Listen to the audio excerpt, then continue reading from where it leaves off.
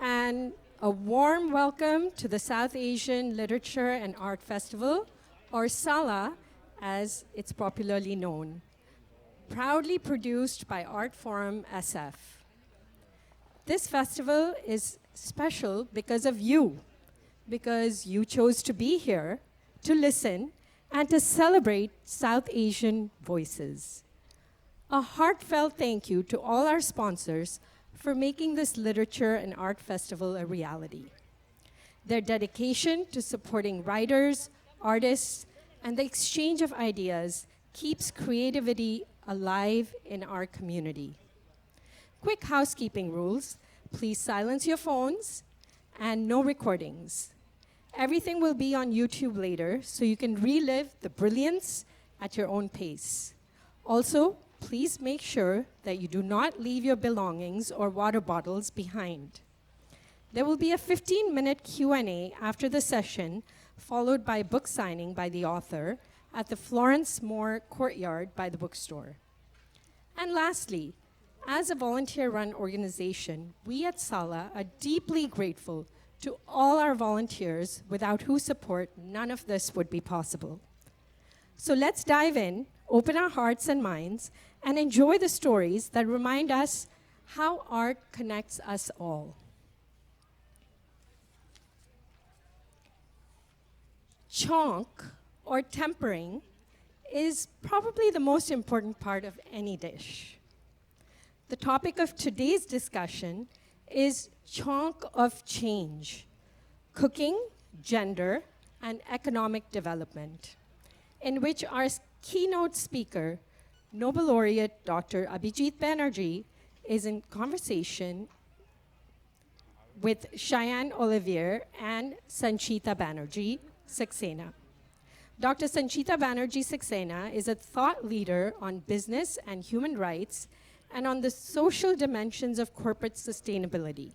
She's currently a senior advisor to Article 1, a specialized strategy and management consultancy, and a professional faculty member at the University of California, Berkeley Haas School of Business, the Energy and Resource Group, and the Legal Studies Department, where she teaches classes about business, labor, and global supply chains. Sanchita is passionate about eclectic cuisines and enjoys experiencing new recipes from around the globe, visiting interesting and innovative restaurants, and learning from chefs during her travels. In 2022, Sanchita was a guest on Check Please Bay Area, an award-winning restaurant review series on KQED. And with this, let's welcome our panelists on the stage. A big round of applause.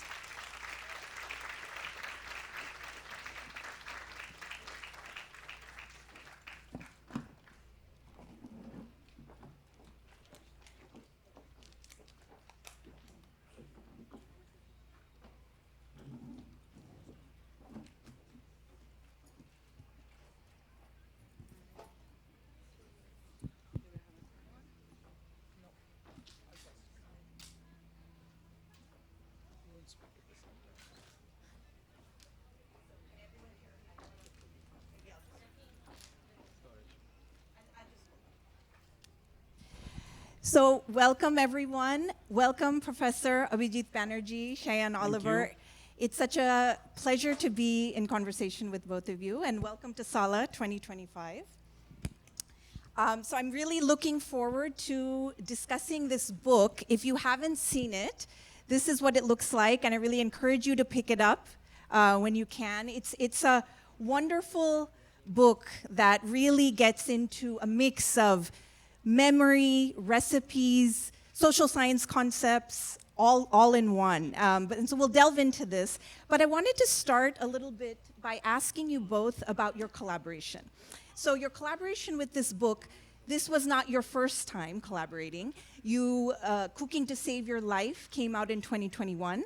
How is this different from that book, both in terms of the content, but also in terms of your collaboration? What did you learn from the first time? So the Cooking to Save Your Life was kind of a vanity project of mine. I had people, I think mostly just to be nice to me, said, can you give me this recipe? Or after I fed them something, and they would say, I would say yes and usually not do it. But then at some point, my brother-in-law kept insisting, so I decided that I will actually start writing down the recipes. So for many years, I wrote a chapter of the book and gave it to him as a Christmas present. And so there was this set of recipes that were kind of sitting there. And then at some point, I had the idea that maybe, in fact, we could turn it into a book. And that's when it started to occur to me that you can't make a book out of just recipes. It would be extraordinarily dry and boring. So what else could we add to that? And there, Cheyenne was living with us at that time. She was taking care of our children, but we already knew that she was already working with my wife on another book that you maybe should see. It's called Poor Economics for Kids, and it's a set of basically 10 books, 10 stories that are illustrated and presented for children. And so I knew she could draw, so I gave her the manuscript and said, well, would you like to illustrate it?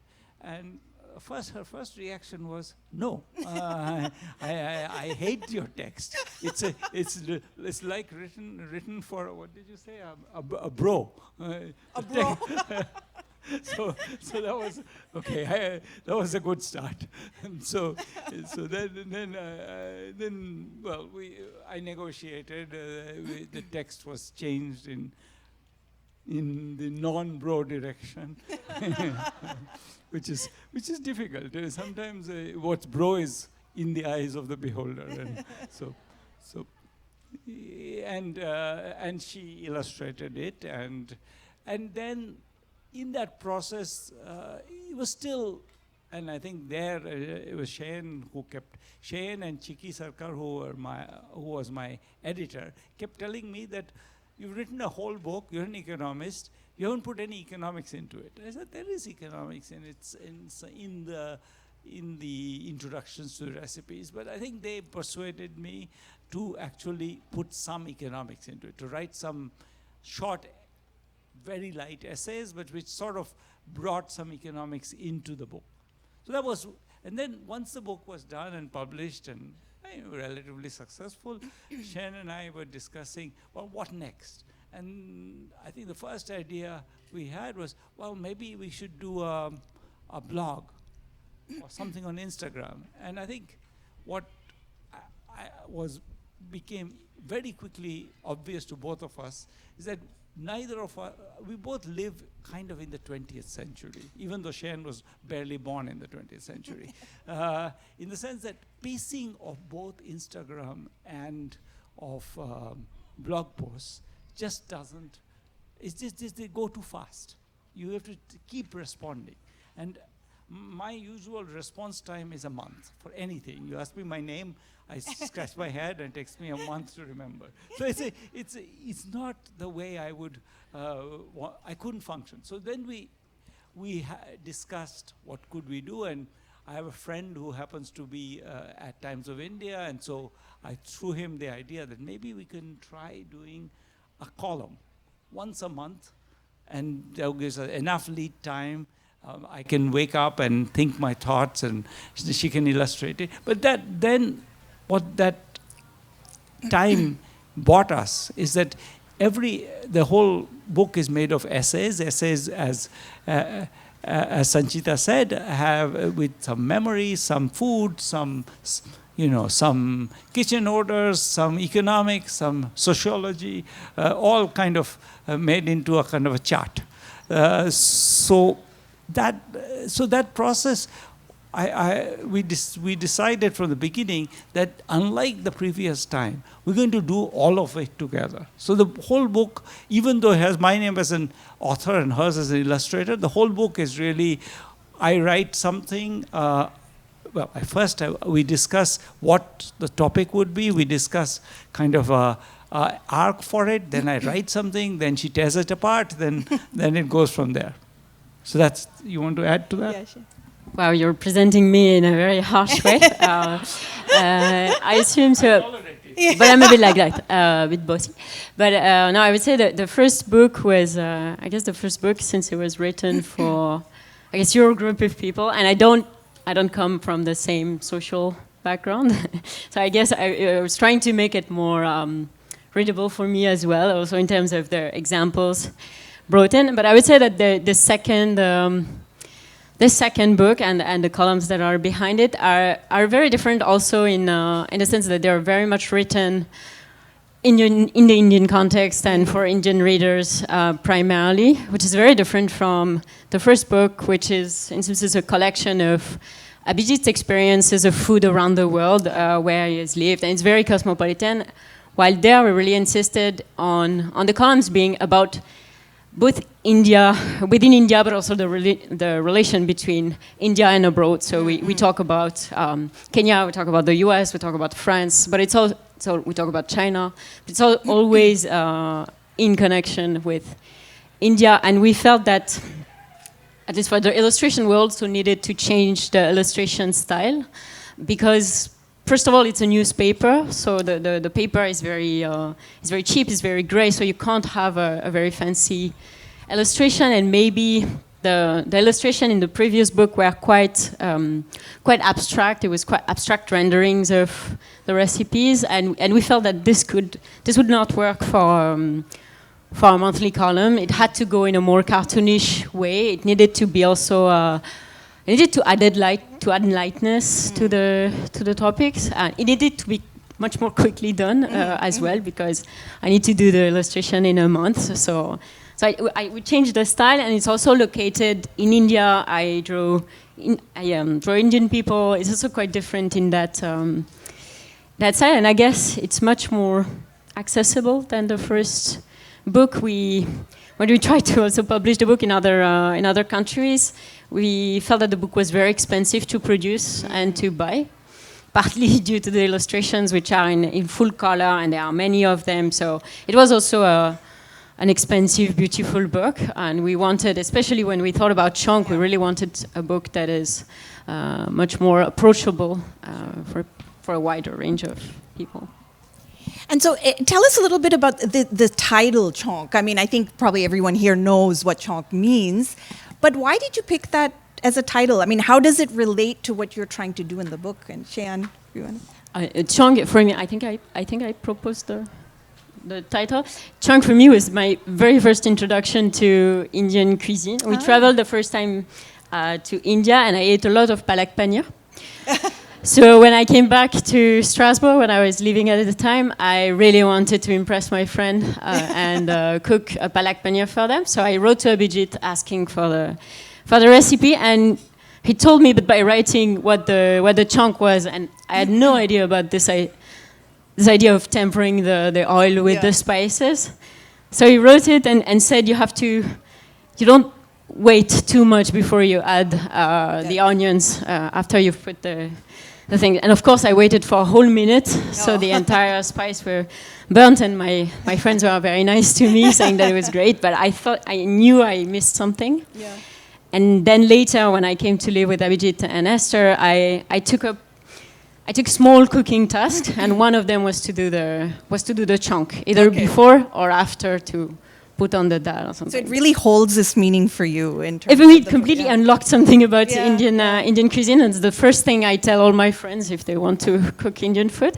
Yeah. But then we also thought, and I think that's emblematic of what we're trying to do in the columns, which is to take an idea, what does the recipe mean, and how can we relate it to a social science theme? And just the principle of a CHHAUNK, which is multiple spices, it pops, especially the mustard seeds, they do pop.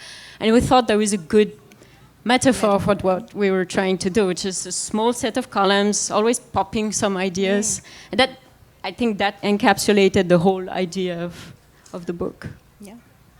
I think you said enough. Yeah. That's great. So as I said, this book is really sort of part memoir, part commentary, of course, filled with recipes.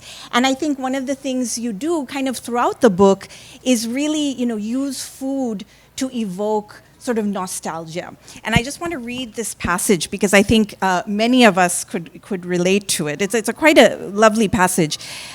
It's been 40 years since I came to the West, and yet there are still days when I wake up from a dream, wondering when the light became so weak and the world turned quite so mute, when homesickness, evoking a home that only exists in my memory, floods over me. My body wants some Bengali-style gili khichuri, rice, roasted moong dal, and whatever vegetables are at hand.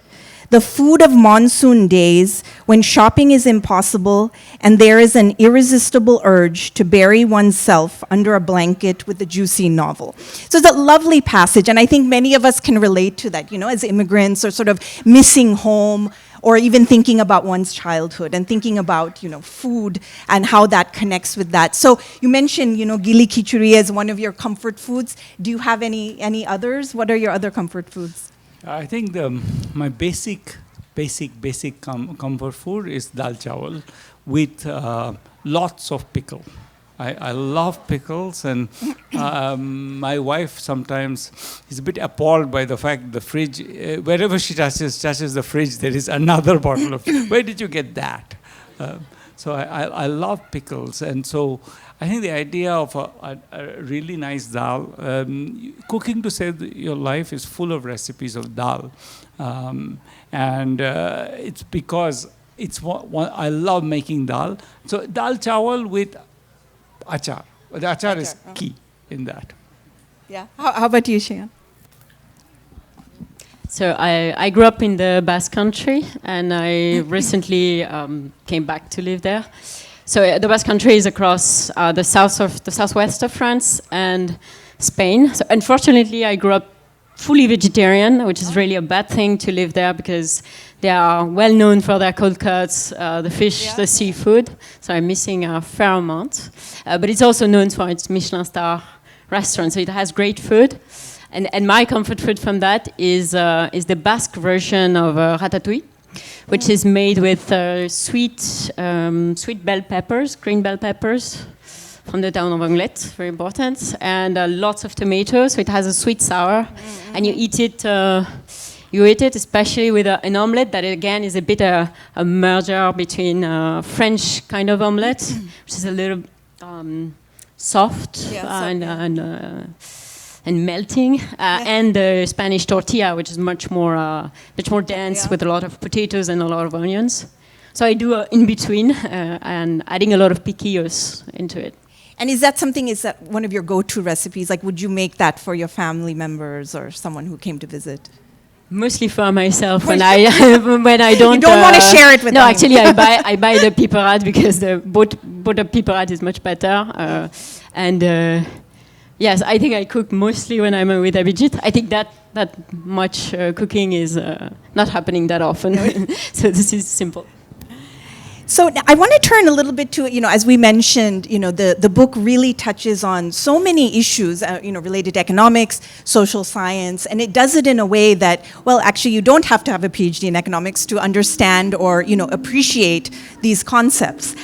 So Abhijit, thinking about, of course, your own work, which has been so influential and impactful in addressing issues of poverty, and specifically, of course, looking at how to eradicate poverty, but also really, I think your work has challenged how we view the poor and how we view the poor in terms of their decision making.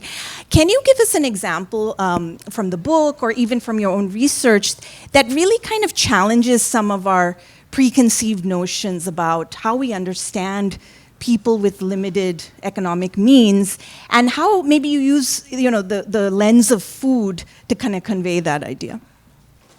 So this example I keep coming back to, which is I was walking with a well-known American economist, and we were in Mumbai, and he noted correctly that all over the city, there were food stalls every 2 inches, and there were people eating all the time. So why are there so many people eating all the time? So first thing I pointed out, there's a lot of people. But I think he was right. So he said, look, we are at 6 p.m. Why are these people eating? and I was trying to be, kind of, we sort of not trying to get too engaged with the issue, but he kept pushing it. And I think the truth is that one thing that's sort of in a lot of the economics discourse, there is this idea that if you are poor, the logical thing for you to do is to find ways to conserve money. And so you should not be eating your pakoras at 5 p.m. You should be saving money. And I think in Cooking to Save Your Life, I give the example of, if you wanted the most efficient diet in the world, you should have boiled eggs and bananas all the time. You could throw in peanut butter if you want, but that's really, the 16th time you've had boiled eggs and bananas, you'll want to go out and shoot somebody. So I hate boiled eggs, so I would even do it earlier. But fact is that there is, I think, the entire kind of economics approach to people's lives is to sort of focus on the fact that how do you extract the most out of the money you have so that you can save and have a better future. But in fact, keeping your sanity, keeping life feeling worthwhile is critical. I mean, and the way we do that is sometimes by giving in, by buying some. We don't have money, but I'll still give my last 10 rupees to my child to buy some candy or biscuits or something. You see the number of packets of Parle G you sell in India. It's amazing. If you go to any village in remotest Rajasthan where the car doesn't reach, you walk 5 kilometers and then there is a shop selling Parle G. That's not there by accident. That's there because some amount of easy excitement is worthwhile. And I think that is a key idea that economics often miss, which is that the pakoda is not just some mistake. It is actually, I've been working all day, I am tired, I have been doing shit work of some kind, I really don't want to do it. What makes me want to go on? And I think the pakoda is critical. The smell of the pakoda at 5 p.m. with a cup of tea, that's really critical. I mean, as an economist, you can say then it's perfectly rational for someone with limited economic means to buy a box of mithai. That's a perfectly rational decision. I think you've said maybe in an interview somewhere where I read, which I really liked your phrasing, there's a difference between survival and living. And I think that's essentially what you're saying, right? Yes. So in a particularly poignant chapter, you include the last few recipes you made for your mother before she passed. And you really talk about your mother as someone who taught you a lot, about gender roles, about quote-unquote women's work, about choice. Tell us a little bit about what you learned from her and how she influenced your thinking. So my mother was, let's say, she was not given to reticence. So we lived in a barrage of opinions, like non-stop, essentially. We lived in a house at the entrance to one of the biggest slums in Kolkata. Literally at the entrance, the last house. So we had a stream of people, and a lot of people who didn't have space at home would externalize their family conflicts. So they would often happen at our doorsteps, and they were often very colorful, let's say. And my mother would be, first yelling at them, saying, there are children present, and why is it okay to suggest that thing about that person's mother or whatever you are saying? So there would be some amount of that. Then after yelling at them, she would sort of they would ignore her, so she would come in and start yelling at us because, what is it that about men that do, and it was always about this idea that, there were these, I think, and she was entirely right, these long-suffering women who were earning most of the money for the family. They worked as domestics.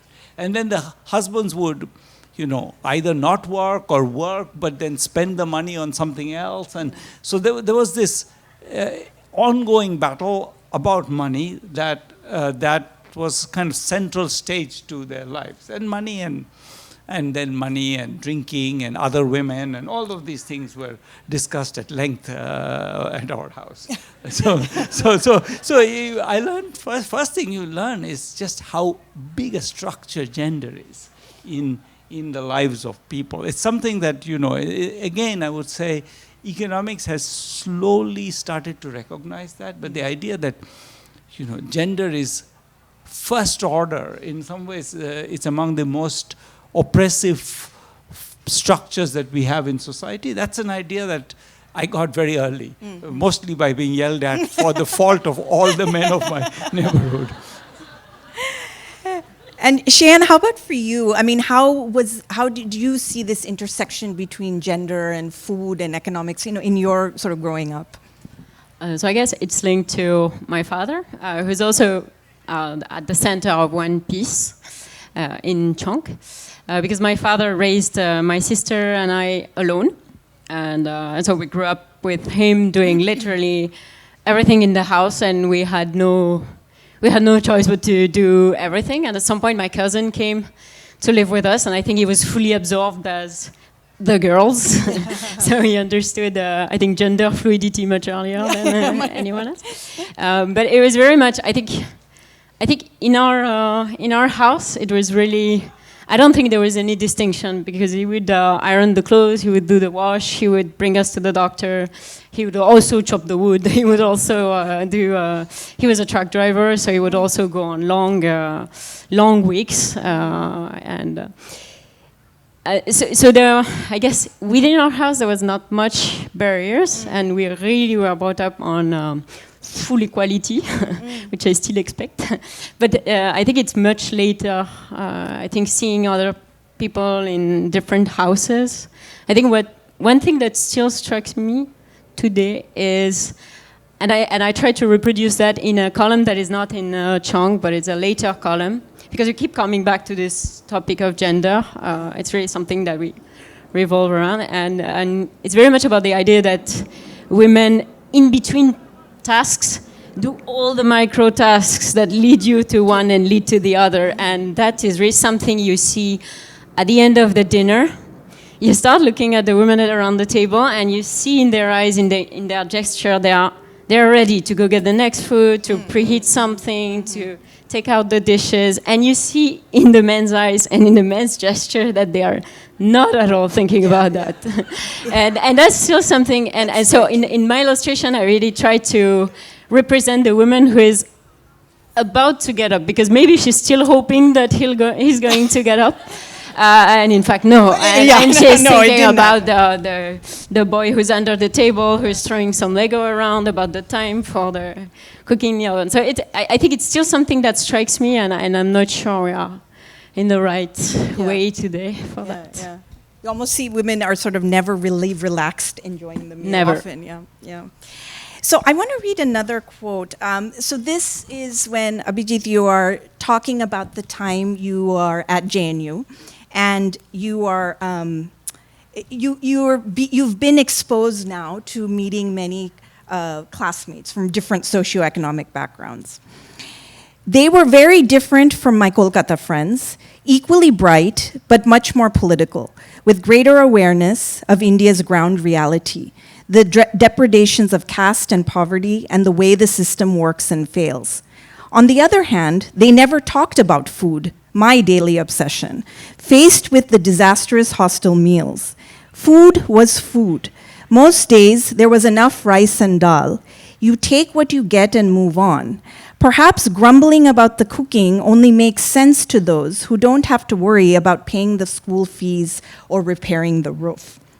So, in some ways, it's a privilege to be sitting here and talking about food and recipes and texture and taste and all the joy that we get from food, while on the other hand, you have food scarcity and hunger. And this has really struck me, this idea that for many in India and really around the world, food is just food. So after that experience and then, through your research, how has that kind of changed your relationship to food or the way you think about food? How has that influenced you? I wish I would. The honest answer, it hasn't much. I feel guilty about the fact that I genuinely, when I go shopping, I really don't think about how much I'm spending. I think about many things. For example, I like things to be in season. I don't like things to be shipped from Chile. There are all kinds of political gestures that I do make, but the one that I don't make is, I'd rather buy expensive local tomatoes than, so I don't actually make a concession to, I don't need to, I am lucky. I can afford to buy. So the honest answer is I don't usually think of the financial constraint on food. And I can afford it. I sometimes, when I look at the number on the Whole Foods, before I scan my credit card, it looks a bit appalling. but nonetheless, I don't think it stops me, and I would say my friend and collaborator on many things, Sanchita Banerjee, tells many people that he went shopping with me once. Sanchita, if you don't know him, you should. He's a wonderful. He's a wonderful artist and a wonderful graphic novelist. And Sanat will tell you that he went shopping with me and I kept piling things on, one after the other. And he was convinced that, he claims that some augur was going to come visit our house. So the answer is I don't. I think as I said, I'm quite aware of what I buy, but I don't worry about how much it costs. Yeah, and that's also almost one of the paradoxes of, sustainability. It's often sustainable food is actually much more expensive, which limits who can actually buy the more sustainable food. So, Cheyenne, do you want to say anything about that? It's complete contrary. I think the other day I was tired of making pasta and pesto, and so I asked Abhijit for a recipe, which is actually in Cooking to Save Your Life, but it's a recipe that involves a lot of walnut. And I do look at the price per kilo of walnuts, and so therefore I decided to make my own much cheaper version of it. And as I said, we really grew up watching very much the price of everything. Because my dad didn't have much. So it's very something that is ingrained in my head. I do look at the price of, but I think I found, so I live in the Basque Country now, and I think there is a lot of activism there about food ecology. So I think I found the right in-between, which is a store that sells local produce, which is also organic.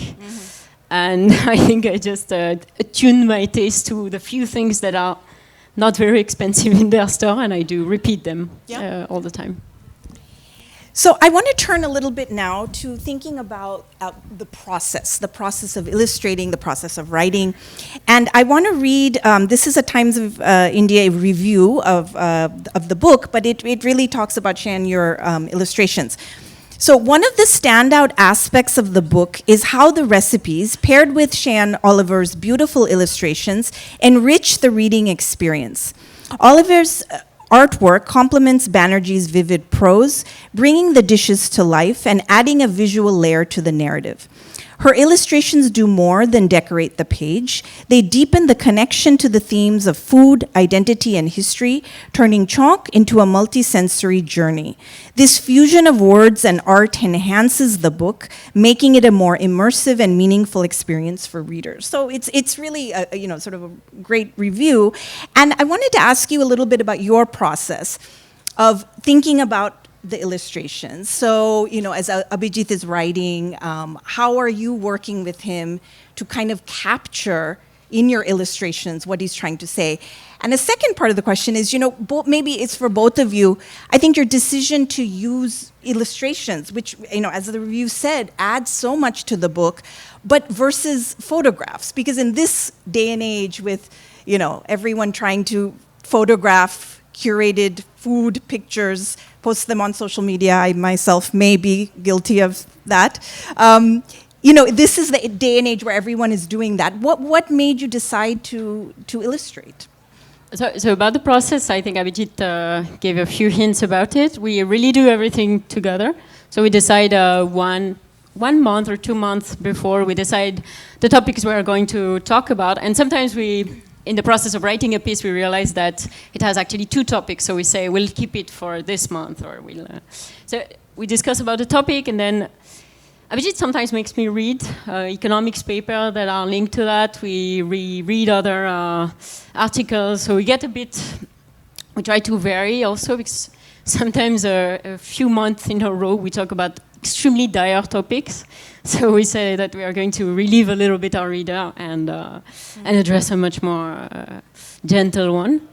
And Abhijit actually contributes very much to the illustrations, because for me, one thing that is, I guess, slightly difficult is that everything is set in India. All the illustrations are very clearly set in India. I represent the variety of Indian people. I represent the variety of scenes, and I really want to add many details that Indians will recognize about the place, about specific objects. So this is where Abhijit tells me very much, oh, there you can add the tulsi on the window, and as she's preparing, or you can add this painting on the side of the road. This will be Delhi's roads. And fortunately, I go enough to India to also get my own scenes. And I do the editorial work for the piece. So being the first reader, unfortunately, I know nothing about math. So every time he puts too much economics or too much math in it, I stop him and say, it still has to be a pleasant piece to read. And we always try to go from Abhijit's memory to the food, to the economics, and sometimes the economics is way too much and we forgot the food. And so we try to insert it back, and sometimes it's a long memory and the economics is not so much there. So we keep talking about it during the month and we keep refining it. And for the choice of illustration, yes, that's obviously set against the gigantic amount of photographs that you see. My sister is a pastry chef in Paris, and she's tuned to every new thing that happens in Paris and abroad revolving around food and pastry. So my Instagram is completely fed up with pictures of... And what I don't like about it is, in some sense, I can look at pictures of food, but maybe 1, 3, and that's it. I think I'm much more interested about what happens around food, about the people eating it, the people cooking it, where it is set. So I try to vary a lot the settings. The last one was in a movie theater, for example, or it's in the streets, or it's in people's homes. So in some sense, to say, the illustration also brings context to the piece. It is meant to encapsulate the idea of the piece. Yeah. And we also try to represent everyone in the Indian society. We try to, sometimes we represented a lot of women in a row, and we say, okay, let's talk about children, or let's talk about people sick, people who are sick, or people in their old age, or MG and Rega workers, or things like that. So we try to vary that from 1 month to the other. And one thing also that the illustration can do that the photograph cannot is really to to represent ideas that it would be really hard to make in a photograph. For example, we were talking about how extremely expensive Indian weddings have become, yeah. And how that sets impossible standards for people who want to get married.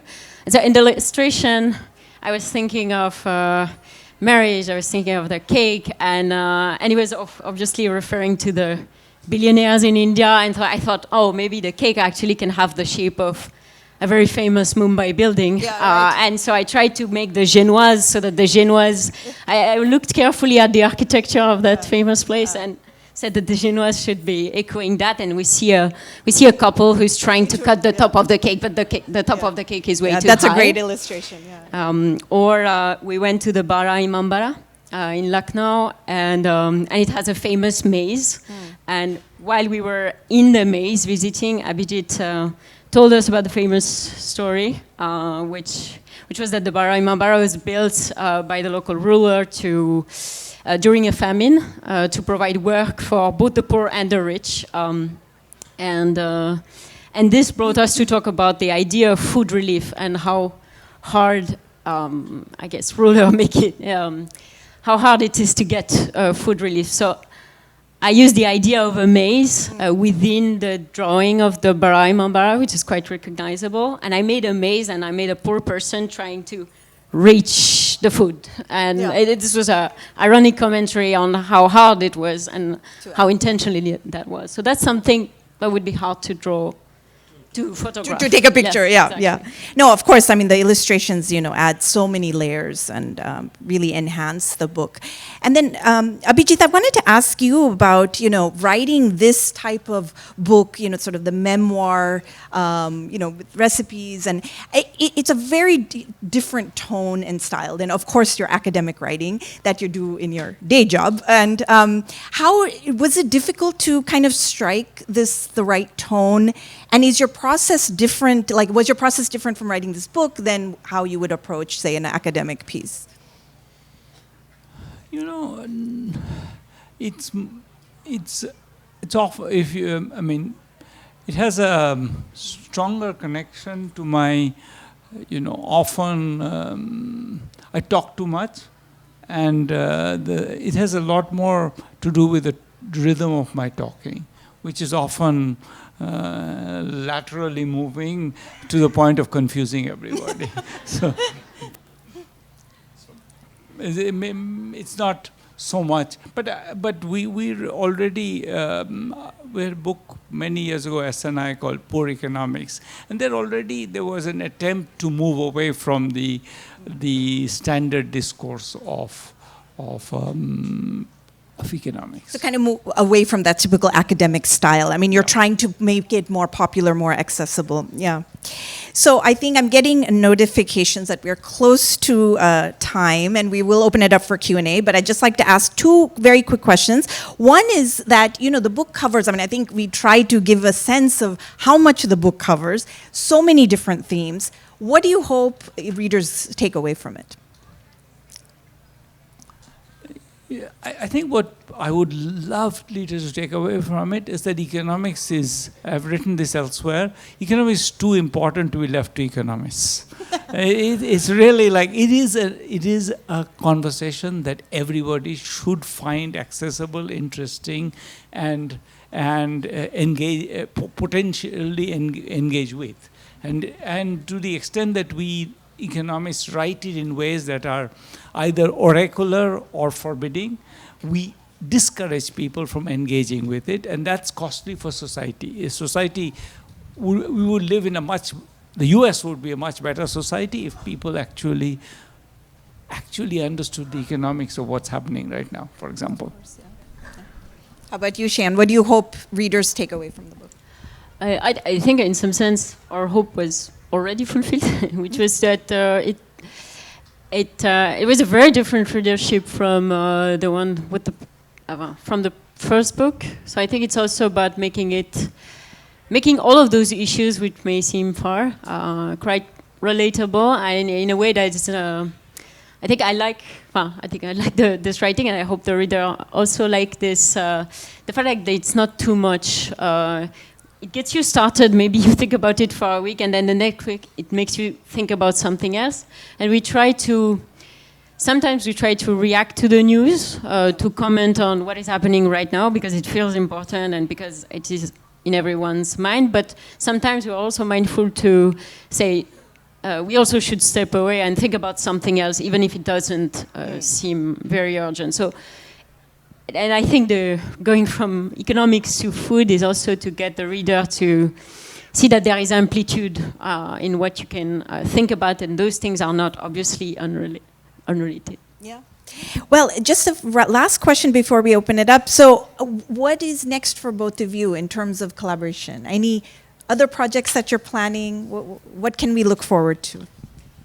So we worked in parallel to both the books. Actually, we are working with Jamdani weaving in West Bengal in particular. So we've been working with the fashion designer responsible for this pant and this shirt, Siket Dir, and the cinematographer Ranu Ghosh.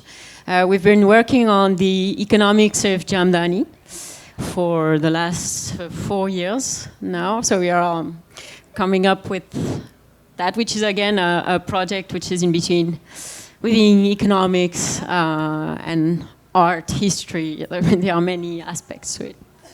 But in particular, maybe worth saying is, you might think this is entirely inappropriate for me, but we've got involved in creating a set of artworks as a way to, in a sense, convey this is not a new strategy, it's sort of a known strategy to bring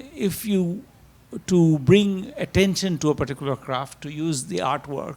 What we're doing in this one particular is we're actually telling the economic history of Jamdani in a set of scrolls which are narrative and which tell the story of Jamdani. So that's the ambition. Oh, that's fantastic, and we look forward to that. And I love it how interdisciplinary your work is. So that's wonderful. So I think we are going to open it up to questions. How do we do that? I can pass the mic. So I am just, as the moderator, going to say, please ask a question and keep it short so that we can take as many as possible.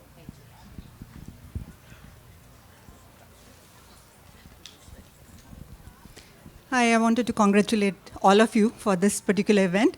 And I think I must be the only person having Parle G in my hand. I just came back from India.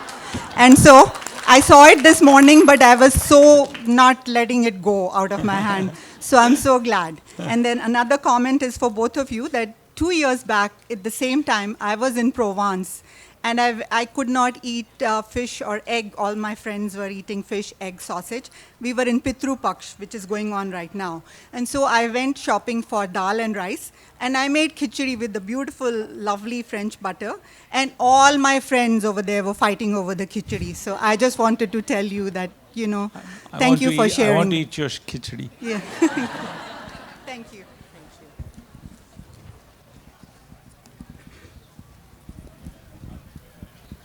Thanks a lot for the lovely presentation. I would just like to ask that you mentioned about how people at 6 o'clock in Bombay were eating.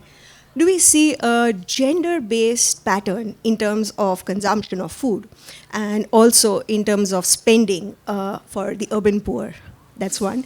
And the other is for your Jamdani project. Would we be looking at the state of the craftsmen and the artisans, how it has changed with respect to government policies over the period? Thank you. So I would say, in terms of snacking, I think women snack more than men. In Indian streets, men drink much more. So I think if you want to look at the budget allocation, pakoras more women, alcohol more men. Yeah. Oh no no! I'm an empirical economist. I observe who's eating pakoras, or in Kolkata, who's eating puchka.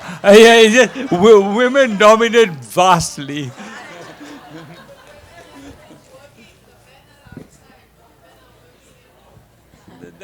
But then they come out and eat the puchka.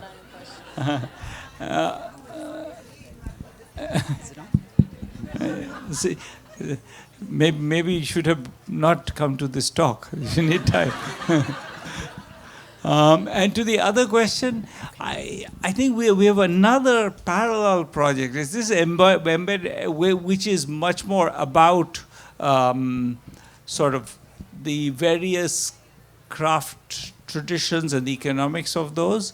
And that's where we're going to look at it. But they're sort of two parallel projects.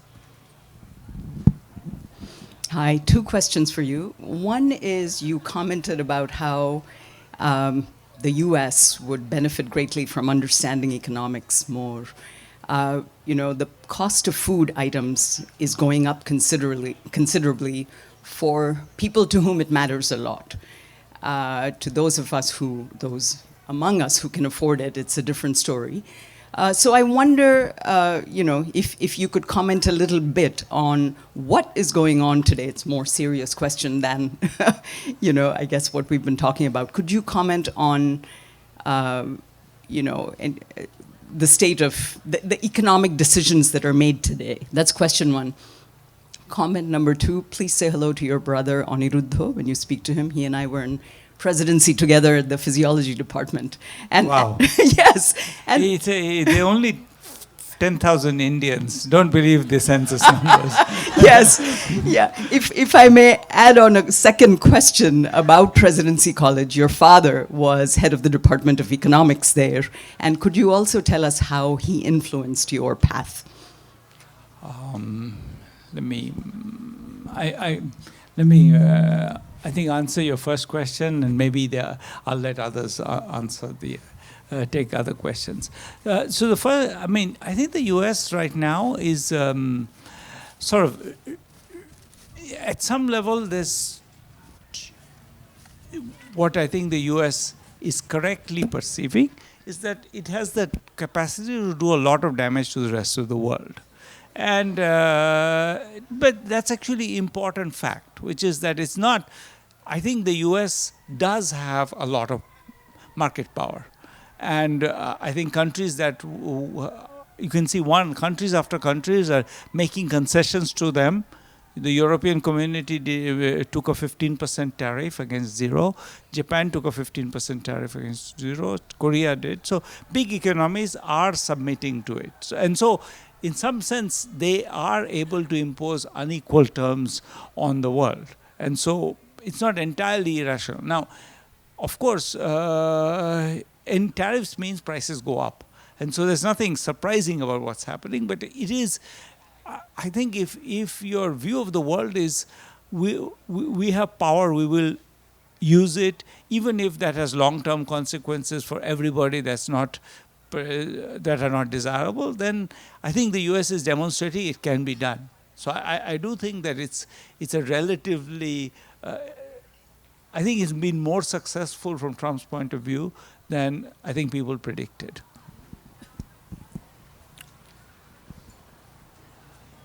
Yeah, hi, this is Ritu. My question is a little similar to on tariff. Do you think India can take the burden of 50% tariff, even it says that it is just 1 or 2% to the GDP? And what advice you have for the Indian government, because the tariff negotiation is still going on the broader scale, what advice you have for the Indian government? Thank you. So I think my advice for the Indian government is, I think, slightly beside the point, because I think mostly, I think Mr. Trump has clearly made it into a kind of a status issue. So I think at this point, the Indian government has very little choice. I don't think the government can really, until Trump decides that he wants to climb down, the Indian government can't really afford politically to climb down. So in that sense, I think to me, the question is more, what do you do if you are in that situation? And I would say there is a very large literature showing that if you don't allow smooth transition out of trade shocks, you get long-term costs. So what we should be doing is, we had all this money that we didn't manage to spend on Make in India. We should now really spend it on protecting the industries that have been hit, letting them, giving them a sort of a landing path that works for them. Because I think otherwise you're going to get pockets. It's 1% of GDP, but it's not 1% of GDP spread over the country. It's not. It's going to be pockets which are going to have very large. Tirupur is going to collapse. So, and that's the model to think about, is that there are clusters which are going to collapse. And so it's very important to think about how to help those clusters get a better landing path. Abhijit, my name is Raghu. First of all, CHHAUNK is a fascinating book. Thank you. And, I belong to a generation which is similar to yours. So it's very easy for me to identify some of the elements that you have mentioned, particularly of your time in India. And famine is one thing that you have mentioned which has struck a very deep chord. And the fact that, Cheyenne has illustrated that bit on the Imambara and the Bhul that's where I think that's a very, very strong topic. And you raise a very, very important point, which I've read it for the first time in your book, is on UBI, the Universal Basic Income. Now, going through that and, giving the kind of background that you have provided, and with all the efforts of the various governments across the world, do you think this concept will really be held by anybody? Is there a possibility of that? So I think that the part that's much more controversial, what is true is that many governments across the world have adopted some form of basic income. Universal basic income is much more of it's much more controversial. But I think the idea of basic income, remarkably, over the last 20 years, the world has gone from saying, if you give poor people money, they're just going to get lazy and stop working, to, I think, accepting that that's one of the, I think, very significant ways we can increase welfare. So I do think the world has changed mostly in a desirable direction in that sense. Hello. Namaskar. I wanted you to see me, so I just stepped forward. This is Jasleen from Yo India TV, and it's an absolute honor to see you at Sala Fest 2025. Thank you. I missed the previous part of the session. You might have answered that. I just wanted to ask, you gave some experimental approach to alleviate poverty worldwide.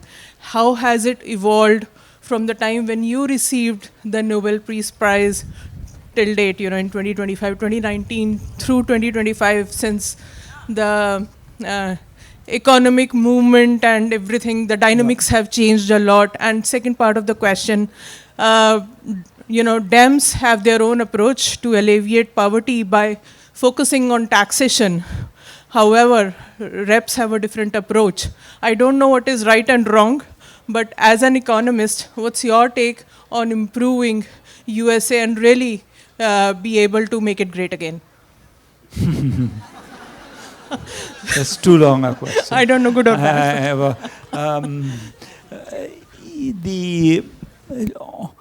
On the question of, I think that one thing that happened which was very salient is, I think during the pandemic, a lot of countries figured out a way to deliver money to welfare payments using a whole set of online infrastructures. And this happened not just in India, but also in Togo, or also in poor countries in Africa.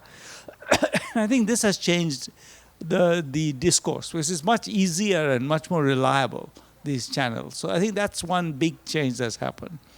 On the US question, I think I'm going to punt. It's too long a question, too depressing a question. Hello, can you guys hear me? Yeah. So wonderful conversation, and really enjoy both your conversation so far. I have a very lighter sort of a question, though backed by some heavy things that are going on in the world. Is if you were to pick a dish based on what is going on today in the world, what dish would that be? Khichdi. I sort of guessed it, but I was waiting. Other than khichdi.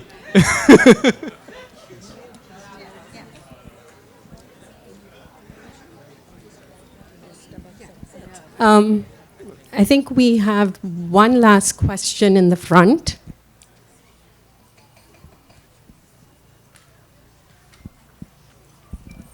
Hi. Hi. I'm Nirja. I am an architect and an urban designer, so my question is centered more around, the American suburban situation and food access. So, and it's not an easy question to answer, I suppose, but do you think food deserts in America are a symptom of deeper economic neglect? And I relate this to your point about, everybody in India is eating food all the time. There's so much access to food. Nobody goes hungry, irrespective of the fact that you're rich, you're poor. Your stomach is always full, but that's not the case here. I work a 9 to 5, and then I go home and I have to prepare, and it's sometimes you just go hungry because you're lazy. So what do you think about food access, and what kind of intervention beyond subsidies can shift consumption patterns and improve, long-term situations?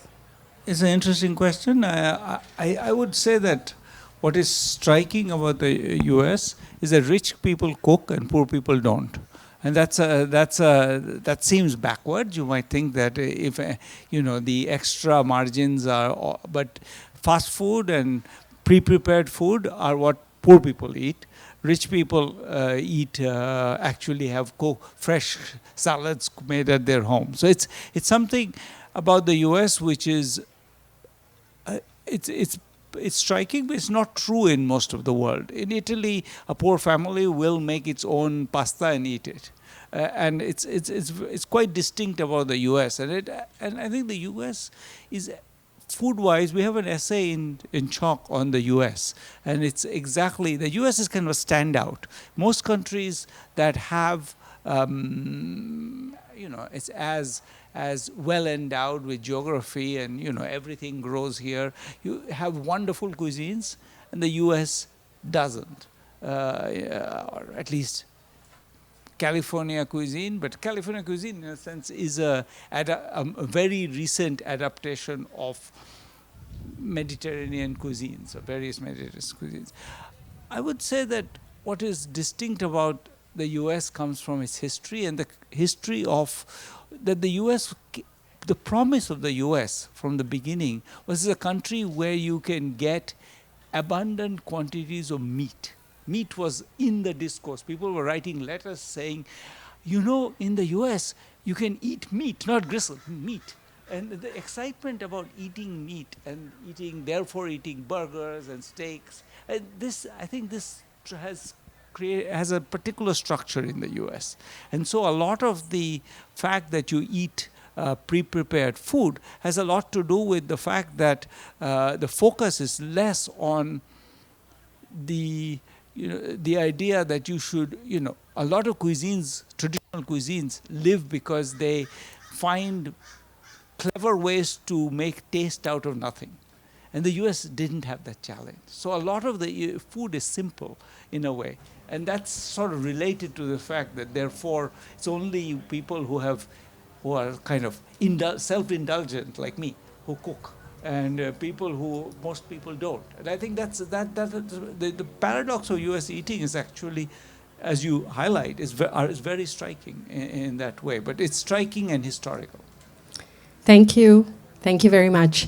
I know there are many questions, but we have to end now. So thank you so much to our panelists. Thank you. And we will lead Dr. Banerjee to the book signing in the courtyard behind us. So please join us over there.